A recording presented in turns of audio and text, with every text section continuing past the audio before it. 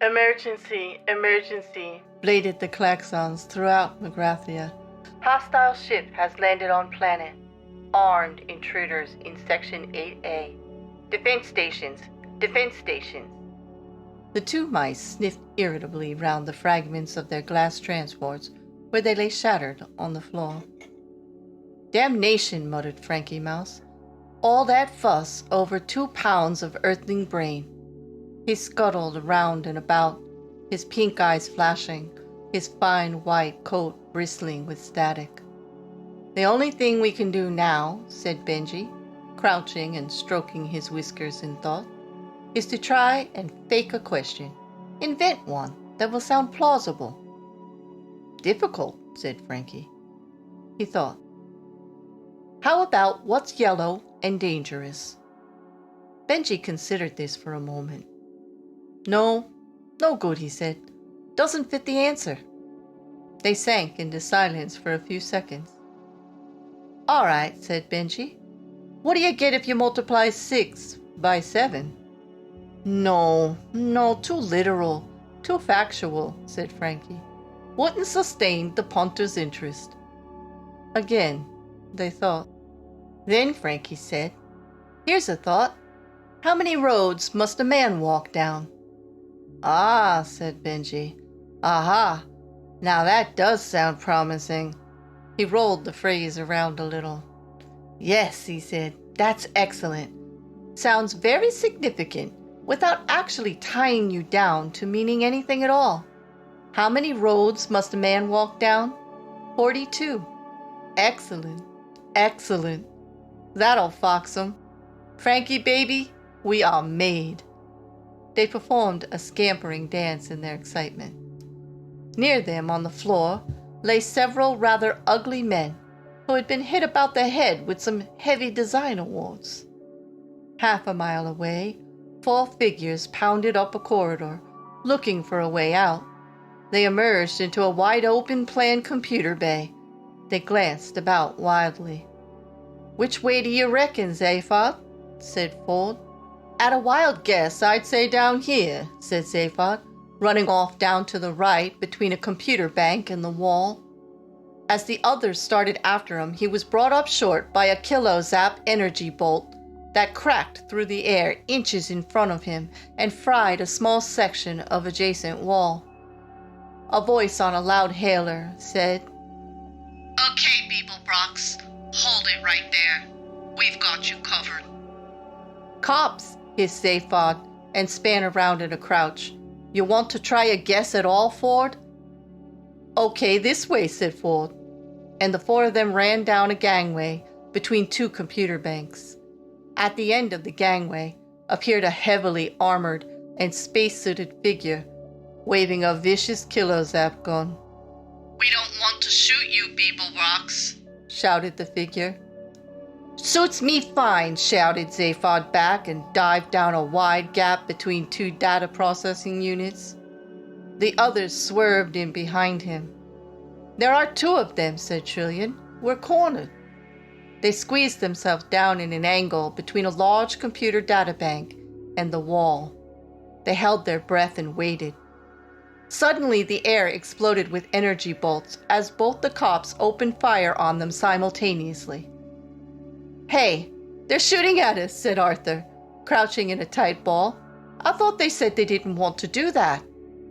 Yeah, I thought they said that, agreed Ford. Zaphod stuck a head up for a dangerous moment. Hey, he said, I thought you said you didn't want to shoot us, and ducked again. They waited. After a moment, a voice replied, It isn't easy being a cop. What did he say? Whispered Ford in astonishment. He said it isn't easy being a cop. Well, surely that's his problem, isn't it? I'd have thought so. Ford shouted, Hey, listen. I think we've got enough problems on our own having you shooting at us. So if you could avoid laying your problems on us as well, I think we'd all find it easier to cope. Another pause, and then the loud hailer again. Now you see here, guy, said the voice on the loud hailer. You're not dealing with any dumb, two-bit, trigger-pumping morons with low hairlines, little piggy eyes, and no conversation. We're a couple of intelligent, caring guys that you'd probably quite like if you met us socially. I don't go around gratuitously shooting people and then bragging about it afterwards in seedy Space Rangers bars, like some cops I could mention. I go around shooting people gratuitously, then I agonize about it afterwards for hours to my girlfriend. And I write novels, chimed in the other cop. No, I haven't had any of them published yet, so I better warn you, I'm in a mean mood. Ford's eyes popped halfway out of their sockets. Who are these guys, he said. Dunno, said Zaphod. I think I preferred it when they were shooting. So are you going to come quietly? Shouted one of the cops again. Or are you going to let us blast you out? Which would you prefer? Shouted Ford. A millisecond later, the air about them started to fry again as bolt after bolt of kilozap hurled itself into the computer bank in front of them. The fusillade continued for several seconds at unbearable intensity. When it stopped, there were a few seconds of near quietness, and then the echoes died away. You still there? Called one of the cops. Yes, they called back. We didn't enjoy doing that at all, shouted the other cop. Oh, we could tell, shouted Ford. Now listen to this, Beeblebrox. You better listen good. Why? Shouted back Zaphod. Because, shouted the cop, it's going to be very intelligent and quite interesting and humane. Now either you all give yourselves up now and let us beat you up a bit, no, not very much, of course, because we are firmly opposed to needless violence, or we blow up this entire planet and possibly one or two others we noticed on our way out here. But that's crazy, cried Trillian. You wouldn't do that. Oh, yes we would, shouted the cop. Wouldn't we? He asked the other one. Oh, yes. We'd have to. No question, the other one called back. But why? Demanded Trillian. Because there are some things you have to do even if you are an enlightened liberal cop who knows all about sensitivity and everything. I just don't believe these guys, muttered Ford, shaking his head. One cop shouted to the other. Shall we shoot them again for a bit? Yeah, why not? And they let another electric barrage fly. The heat and noise was quite fantastic. Slowly the computer bank was beginning to disintegrate. The front had almost all melted away, and thick rivulets of molten metal were winding their way towards where they were squatting. They huddled further back and waited for the end. But the end never came, at least not then. Quite suddenly the barrage stopped, and suddenly silence afterwards was punctuated by a couple of strangled gurgles and thuds. The four stared at each other. What happened? Said Arthur. They stopped, said Zaphod with a shrug. Why? I don't know. Do you want to go and ask them? No. They waited. Hello? Called out Ford. No answer. That's odd. Perhaps it's a trap. They haven't the wit. What were those thuds? Don't know. They waited a few more seconds. Right, said Ford. I'm gonna go have a look. He glanced around at the others. Is no one gonna say, no, you can't possibly let me go instead? And they all shook their heads. Oh well, he said and stood up. For a moment, nothing happened. Then, after a second or so, nothing continued to happen. Ford peered through the thick smoke that was billowing out of the burning computer. Cautiously, he stepped out into the open. Still, nothing happened. 20 yards away, he could dimly see through the smoke the space-suited figure of one of the cops. He was lying in a crumpled heap on the ground. 20 yards in the other direction lay the second man. No one else was anywhere to be seen. This struck Ford as extremely odd. Slowly, nervously, he walked towards the first one. The body lay reassuringly still as he approached it, and continued to lie reassuringly still as he reached it and put his foot down on the kilozap gun that still dangled from its limp fingers. He reached down and picked it up, meeting no resistance. The cop, was clearly dead. A quick examination revealed him to be from Blagalon Kappa. He was a methane-breathing life form, dependent on his spacesuit for survival in the thin oxygen atmosphere of Magrathia. The tiny life support system computer on his backpack appeared unexpectedly to have blown up. Ford poked around in it in considerable astonishment. These miniature suit computers usually had the full backup of the main computer back on the ship, with which they were directly linked through the subether. Such a system was fail-safe in all circumstances other than total feedback malfunction, which was unheard of. He hurried over to the other prone figure and discovered that exactly the same impossible thing had happened to him, presumably simultaneously. He called the others over to look. They came, shared his astonishment, but not his curiosity. "Let's get shot out of this hole," said Zephyr. "If whatever I'm supposed to be looking for is here, I don't want it." He grabbed the second kilo zap gun, blasted a perfectly harmless accounting computer, and rushed out into the corridor, followed by the others. He very nearly blasted the hell out of an air car that stood waiting for them a few yards away. The air car was empty, but Arthur recognized it as belonging to Slarty Bartfast. It had a note from him pinned to a part of its sparse instrument panel. The note had an arrow drawn on it, pointing at one of the controls. It said, "This is probably the best button to press." The air car rocketed them at speeds in excess of R-17 through the steel tunnels that led out onto the appalling surface of the planet, which was now in the grip of yet another drear morning twilight. Ghastly gray lights congealed on the land. R is a velocity measure, defined as a reasonable speed of travel that is consistent with health, mental well-being, and not being more than, say, 5 minutes late. It is therefore clearly an almost infinitely variable figure according to circumstances, since the first two factors vary not only with the speed taken as an absolute, but also with awareness of the third factor. Unless handled with tranquility, this equation can result in considerable stress, ulcers, and even death.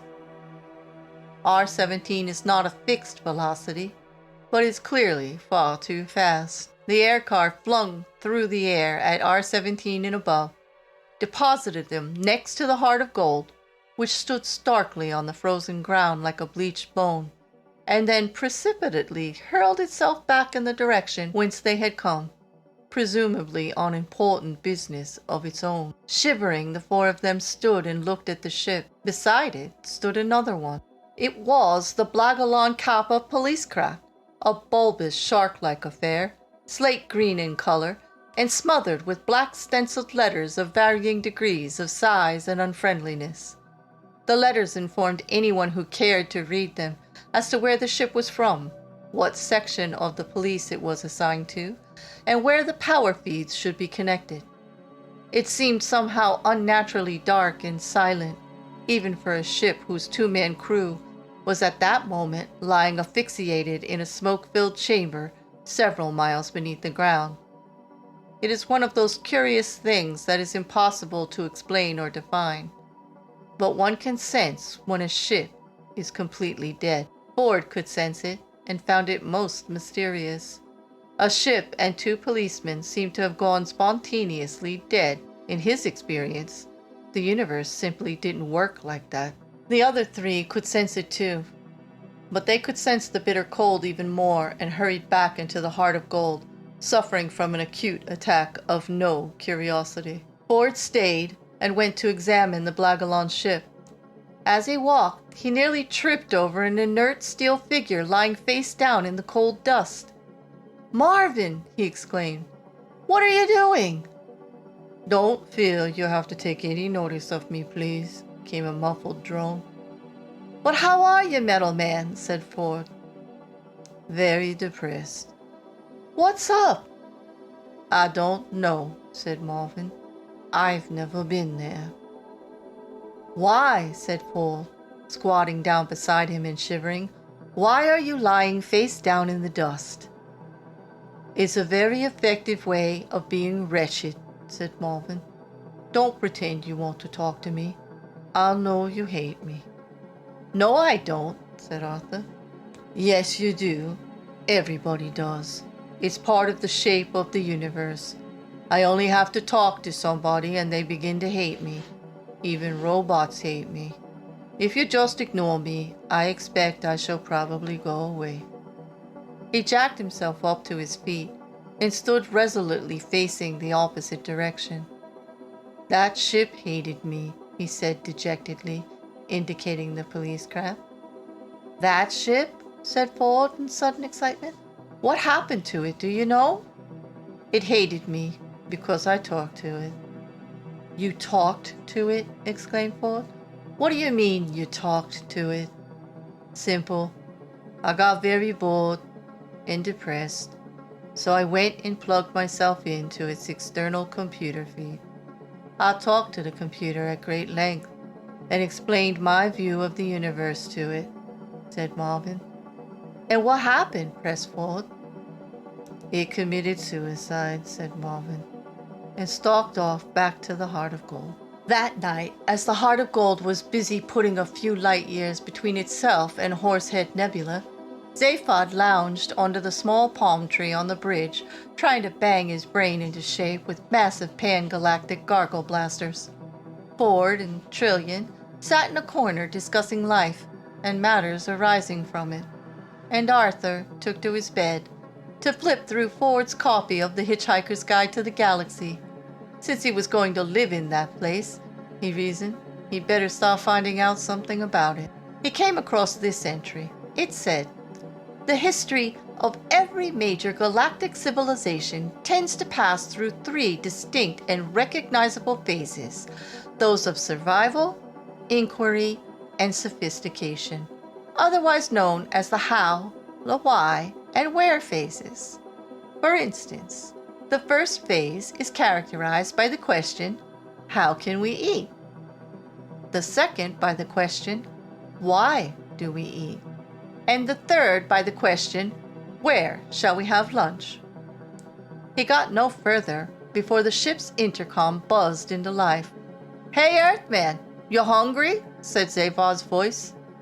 Well, yeah, a little peckish, I suppose," said Arthur.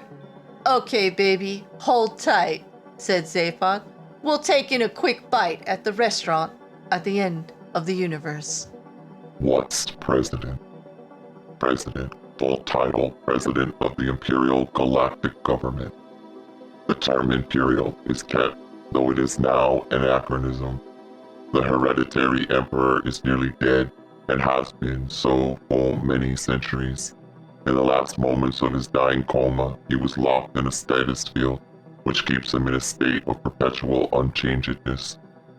All his heirs are now long dead, and this means that without any drastic political upheaval, power has simply and effectively moved a rung or two down the ladder, and is now seen to be vested in a body which used to act simply as advisors to the emperor, an elected governmental assembly headed by a president elected by that assembly.